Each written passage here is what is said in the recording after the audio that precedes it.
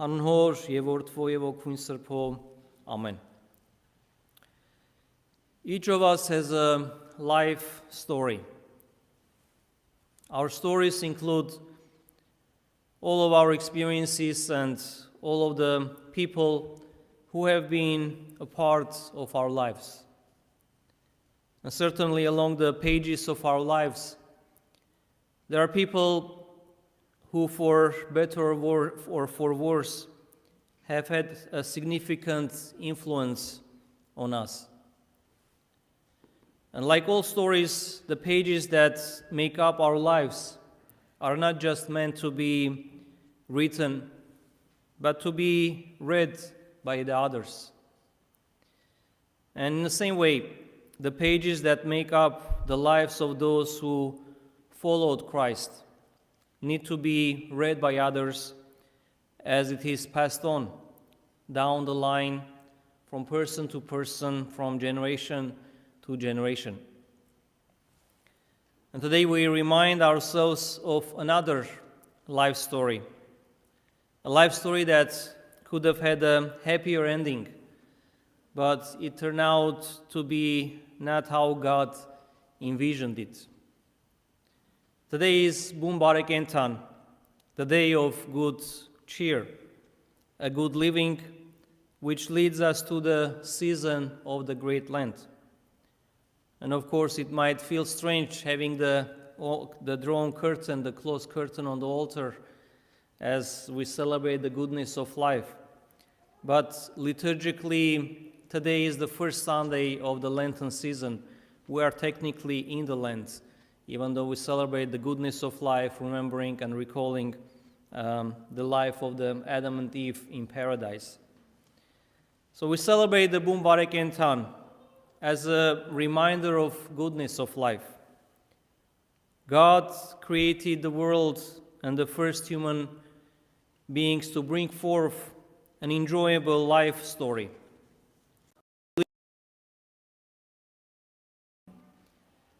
But today's world is a reminder how that story turned out to be. The story of the paradise reminds us of the presence of God.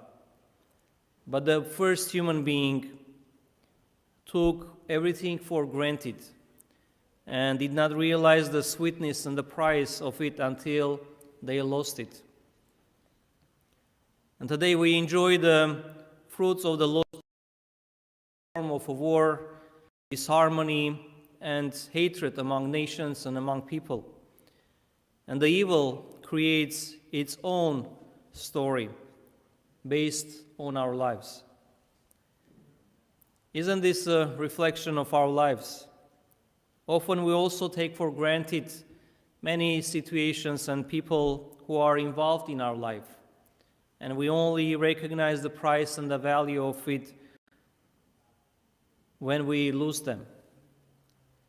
These past 2 years have been reminding us that we cannot take our life and our health for granted. Regardless of what is being said about the masks and the vaccinations, either negative or positive, we need to protect our lives and remind ourselves about who is the source of our life. And this coming Lenten season is a time to take a breath in life and through our self-examination to reflect on what is important in this current day and age. Many people throughout the world observe Lent. Many Christians look forward to this annual time of sacrifice and simplicity. For some, Lent is a period of going on a diet. For others, it is a time to give up something that has become a bad habit in their lives. Importantly, the purpose of the Lent is spiritual growth.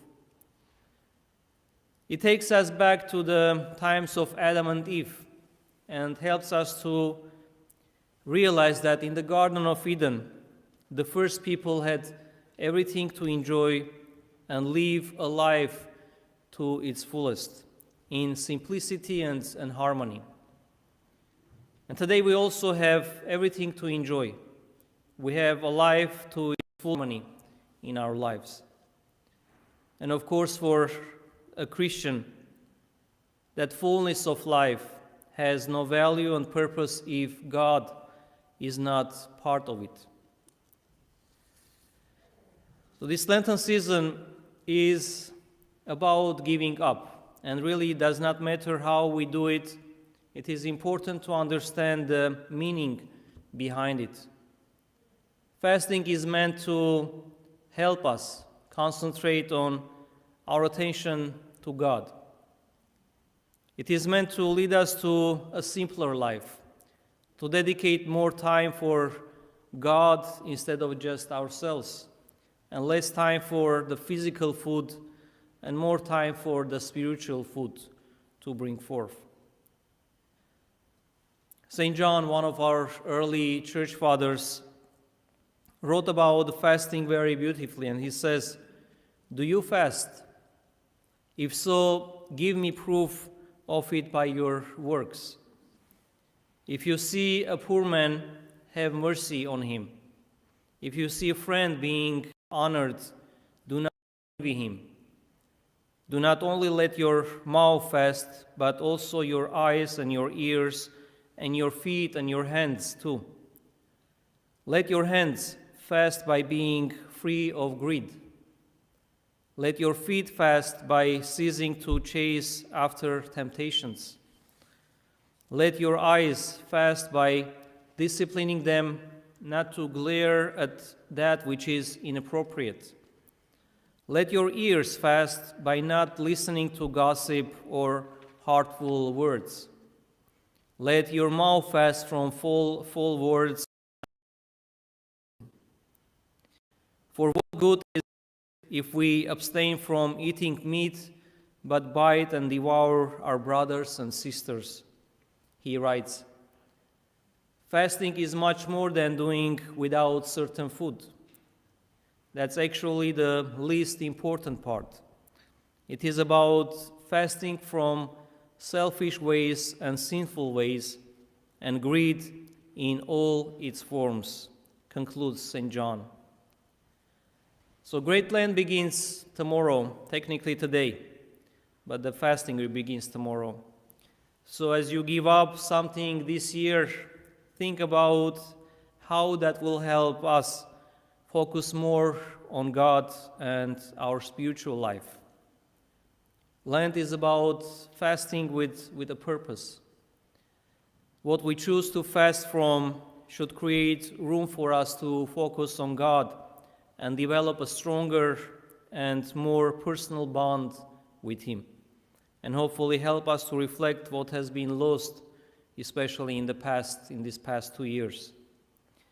May our journey be a meaningful this season, and I pray that we all be able to take part in it and also prepare ourselves to celebrate the glorious resurrection of our Lord Jesus Christ in 40 plus days. For now and always and unto the ages of ages. Amen.